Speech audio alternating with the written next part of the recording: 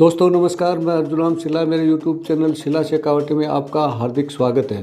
दोस्तों, आज मैं आपके लिए एक महत्वपूर्ण वीडियो लेकर आज हम बात करेंगे टेप 2023 पार्ट 2 शिक्षक मूल्यांकन प्रपत्र 2023 के द्वितीय छमाही जुलाई से दिसंबर 2023 तक का टेप भरने के क्रम में राजस्थान सरकार के आदेशानुसार प्रत्येक संबंधित शिक्षक एवं संस्था प्रधान द्वारा शिक्षक मूल्यांकन प्रपत्र ऑनलाइन भरा जाना है। अतः शिक्षक मूल्यांकन प्रपत्र द्वितीय छमाही जुलाई से दिसंबर 2023 में संपादित कार्यों को सम्मिलित करते हुए शिक्षक मूल्यांकन प्रपत्र अपलोड करना होगा। शिक्षक मूल्यांकन प्रपत्र निर्धारित तिथि तक ही पूर्ण करना होगा। अब मैं सीधे आपको मेरे लैपटॉप की स्क्रीन पे ले चलता हूँ, जहाँ पे गूगल ब्राउज़र पे शाला दर्पण टाइप करता हूँ। तो यहाँ पे शाला दर्पण टाइप किया और यहाँ पे जो शाला दर्पण स्टाफ कॉर्नर है इस पे क्लिक करते हैं और यहाँ पे क्लिक करने के बाद में ये स्टाफ लॉगिन के लिए ये जो पेज खुलता है और यहाँ पे हम यूजर आईडी और पासवर्ड भरेंगे। यहाँ पे हम स्टाफ लॉगिन के लिए अपनी स्टाफ लॉगिन आईडी है वो भरेंगे और इसके बाद में पासवर्ड भरेंगे, कैप्चा भरेंगे और भरने के बाद में लॉगिन करेंगे। लॉगिन करने के बाद में आप देखते हैं शाला दर्पण की जो स्टाफ लॉगिन से हम लॉगिन करते हैं तो ये शाला दर्पण का ये जो होम पेज है वो खुलता है और यहाँ पे आप देखेंगे कि यहाँ पे जो टैब दी हुई है यहाँ पे अप्लाई लिखा हुआ है। इस अप्लाई पे क्लिक करते हैं तो यहाँ नीचे की तरफ कुछ टैब्स नज़र आते हैं। तो यहाँ पे लिखा हुआ है टैब 2023 पार्ट 2। इस पे हम क्लिक करते हैं।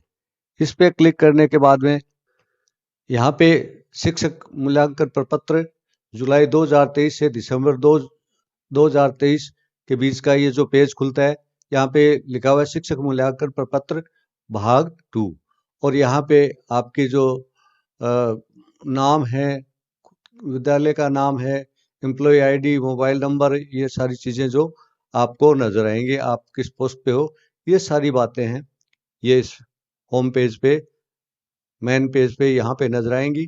इसके जस्ट नीचे ये जो है यहाँ पे जुलाई 2023 से दिसंबर 2023 ये हमें जो मूल्यांकन का जो ऑनलाइन है यहाँ से करना है। ये जो भाग 3 है, भाग फर्स्ट, सेकंड और थर्ड, तो यहाँ पे हमें ये कार्य करना है। अब हम टैब को भरने की शुरुआत के लिए भाग फर्स्ट से शुरू करते हैं। भाग फर्स्ट पे क्लिक करते हैं। भाग पे फर्स्ट पे क्लिक करने के बाद में आपके सामने ये जो नज़र आता है जुलाई 2023 से दिसंबर 2023 के बीच में, और इसमें ये आपके जो सब्जेक्ट हैं, जो भी आप सब्जेक्ट पढ़ाते हो उसकी यहाँ पे मैपिंग की हुई है।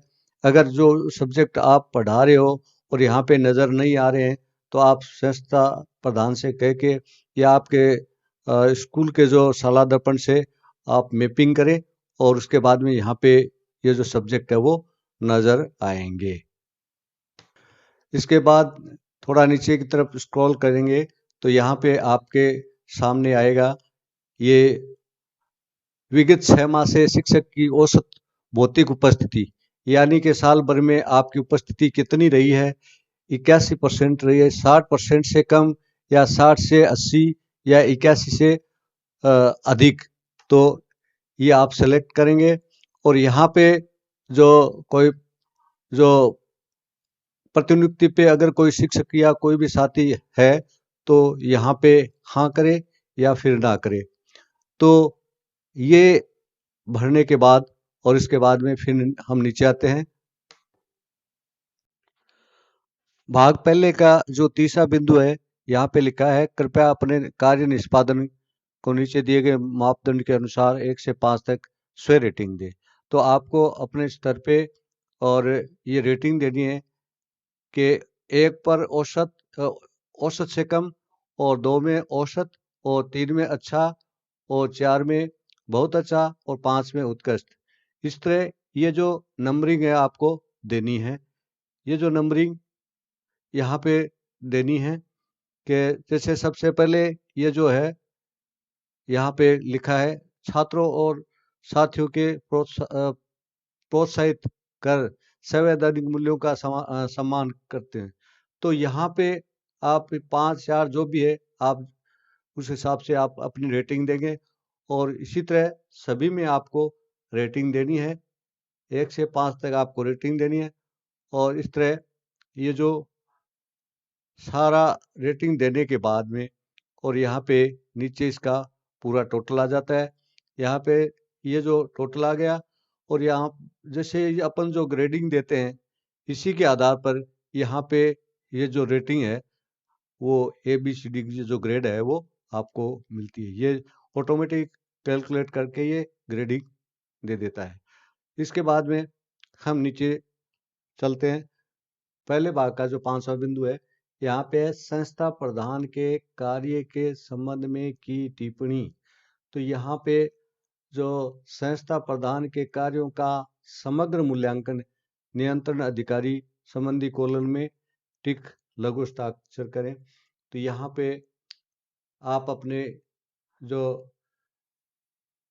जो टिप्पणी देंगे कि औसत से कम, औसत या अच्छा या बहुत अच्छा आप इस पे देंगे और इसके बाद में नीचे आपके जो नियंत्रण अधिकारी हैं उनका नाम लिखेंगे और मोबाइल नंबर लिखेंगे। ये जो मोबाइल नंबर आपको ऑलरेडी फील्ड मिलेंगे क्योंकि पहले जो हमने पिछला जो टैब भरा था उसमें भरे थे वो ऑटोमेटिक सेव हैं और यहाँ पे मोबाइल नंबर भी आपको सेव नज़र आएंगे। इसके बाद हम सेव करते हैं, सेव के बटन पे क्लिक करते हैं, सेव के बटन पे क्लिक करते हैं। तो यहाँ पे ये आ गया कि डाटा सेव सक्सेसफुली। तो ये आपका पहला भाग है वो भरा भरा गया है। अब हम भाग 2 के लिए चलते हैं। अब हम भाग 2 के लिए चलते हैं।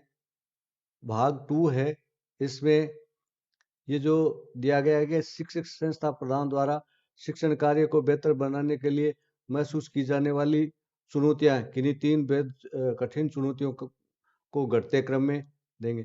तो ये जो चुनौतियां हैं इनको आपको घटते क्रम में और अपने जो नंबरिंग देनी है तो इन पे आप अपनी जो नंबरिंग है वो देंगे। अब आपको 1.7 में मिलेगा शिक्षक संस्था प्रधान द्वारा जिन प्रशिक्षणों की आवश्यकता महसूस की जा रही है किन्हीं 3 आवश्यकता वाले प्रशिक्षणों को आवश्यकता के अनुसार संबंधित बॉक्स में घटते क्रम में वरीयता दें। 1.7 के जो प्रशिक्षण की आवश्यकता वाली जो बिंदुओं को इनको फिलअप करने के बाद में और हम स्क्रॉल करते हैं और यहाँ पे जो भी अपने नंबरिंग दी है तो नंबरिंग देने के बाद में ये फ्रीज हो जाता है और यहाँ पे हम फिर नीचे आते हैं तो यहाँ पे ये आपके जो है 1.8 इसमें है कि शिक्षक संस्था प्रधान द्वारा स्वयं के कार्य के बारे में किया गया योगदान ऑब्लिक प्राप्त पुरस्कार संबंधी ये जो भी आपकी जो उपलब्धियां उनके बारे में आप यहाँ पे टिक करेंगे।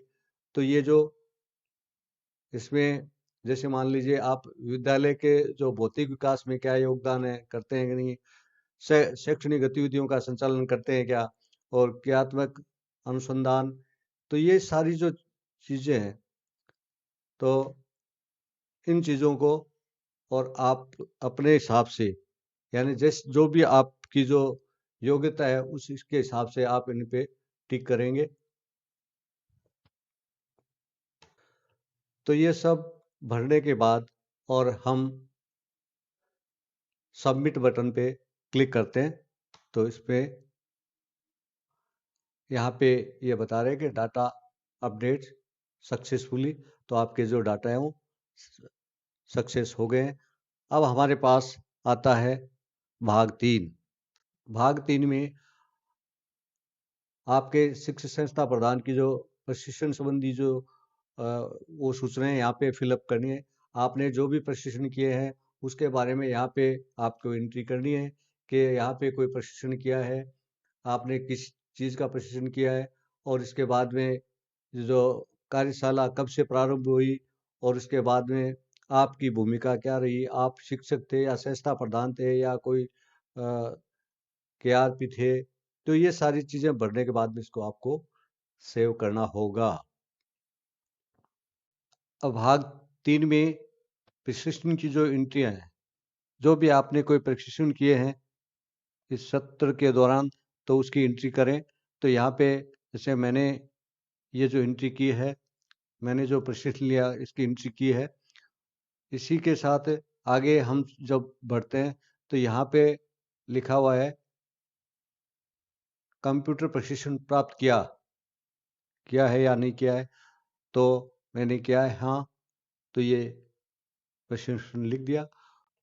इसके बाद हम देखते हैं कि यहाँ पे 3.1 में ये जो कृपया पाठ्य पुस्तक प्रशिक्षण और विभागीय प्रशासन की कार्यशैली के संबंध में अपने कार्य निष्पादन हेतु नीचे दिए गए मापदंडों के अनुसार अपनी राय 1 से 5 तक रेटिंग दे। आपको 1 से 5 तक की रेटिंग देनी है कि आपका जो पाठ्य पुस्तक एवं पाठ्यक्रम में आपका क्या योगदान रहा है। और इसी संबंध में आप 1 नंबर औसत से कम को देंगे, और 2 नंबर पे औसत, और 3 पे अच्छा, और 4 पे बहुत अच्छा, और 5 पे उत्कृष्ट। इस तरह आप इन सभी में रेटिंग देंगे 1 से 5 तक, ये रेटिंग देनी है। यहाँ पे 1 से 5 तक रेटिंग देने के बाद में हम स्क्रॉल करके नीचे आते हैं और यहाँ पे सबमिट का जो बटन है यहाँ पे क्लिक करते हैं। तो यहाँ पे ये आता है कि डाटा इंसर्ट सक्सेसफुली, क्या आपके जो डाटा है वो सक्सेसफुली हो गए हैं। सबमिट करने के बाद में हम फाइनल लॉक करेंगे। तो फाइनल लॉक पे क्लिक करेंगे और यहाँ पे ये जो आपके जो सूचना मिल रही है कि क्या आप लॉक करना चाहेंगे या कैंसिल करना चाहेंगे, तो हाँ लॉक करें। तो यहाँ पे क्लिक करते हैं। लॉक करने के बाद में ये आता है कि टेफ का फाइनल डाटा लॉक किया जा चुका है। अब ये आपके जो डाटा है वो फाइनल लॉक हो चुके हैं और आपके जो विद्यालय के जो शाला दर्पण पे ये पहुंच चुके हैं, और डीडीओ महोदय इसको वेरीफाई करेंगे तो फिर ये आगे जाएगा। तो मैंने जो वीडियो बनाया है तो शायद आपको अच्छा लगा। आप मेरे साथ जुड़े रहे, इसके लिए आपको बहुत बहुत धन्यवाद।